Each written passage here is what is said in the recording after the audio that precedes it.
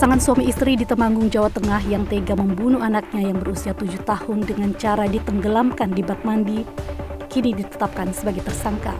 Polisi menyebut, selain kedua orang tua korban, yakni M, ayah korban, dan S, ibu korban, polisi juga menetapkan H, selaku dukun sekaligus tetangga korban yang memimpin ritual klinik, serta B, pengikut dukun H sebagai tersangka.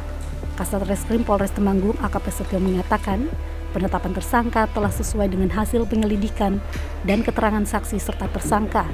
Penyebab kematian korban sendiri diakibatkan ritual klinik dengan cara memasukkan kepala korban ke dalam air. Tersangka ada 4 orang yang kita amankan, 2 orang merupakan orang tua korban, saudara M dan saudari S.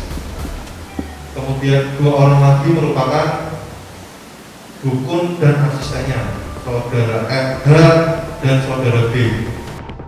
Nasib tragis dialami anak perempuan berusia 7 tahun bernama Aisyah yang ditemukan sudah tak bernyawa di rumahnya di Dusun Popanan, Desa Bejen, Kecamatan Bejen, Temanggung, Jawa Tengah pada Minggu 16 Mei 2021.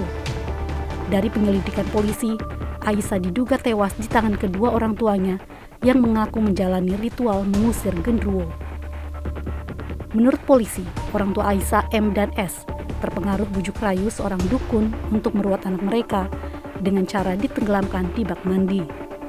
Penemuan jasad Aisyah sendiri berawal dari kecurigaan saudara korban, karena sejak Januari lalu Aisyah sudah tidak pernah terlihat. Kecurigaan semakin bertambah di mana orang tua korban menyebut anaknya berada di rumah kakeknya. Namun saat Idul Fitri, korban tidak juga terlihat. Saat ditemukan, kondisi korban sudah membusuk karena tersimpan selama 4 bulan di dalam kamar. Sosiolog menilai, terjadinya kasus ini karena keterbatasan pola pikir, pengetahuan hingga faktor ekonomi. Jadi keterbatasan pengetahuan, keterbatasan kesadaran akan kesehatan, kesadaran ekonomi juga boleh kan. Artinya kalau kita melihat bahwa anak itu nakal mestinya kan datang ke dokter atau psikolog kan ya. Dan ini kan jauh lebih masuk akal di era sekarang ini.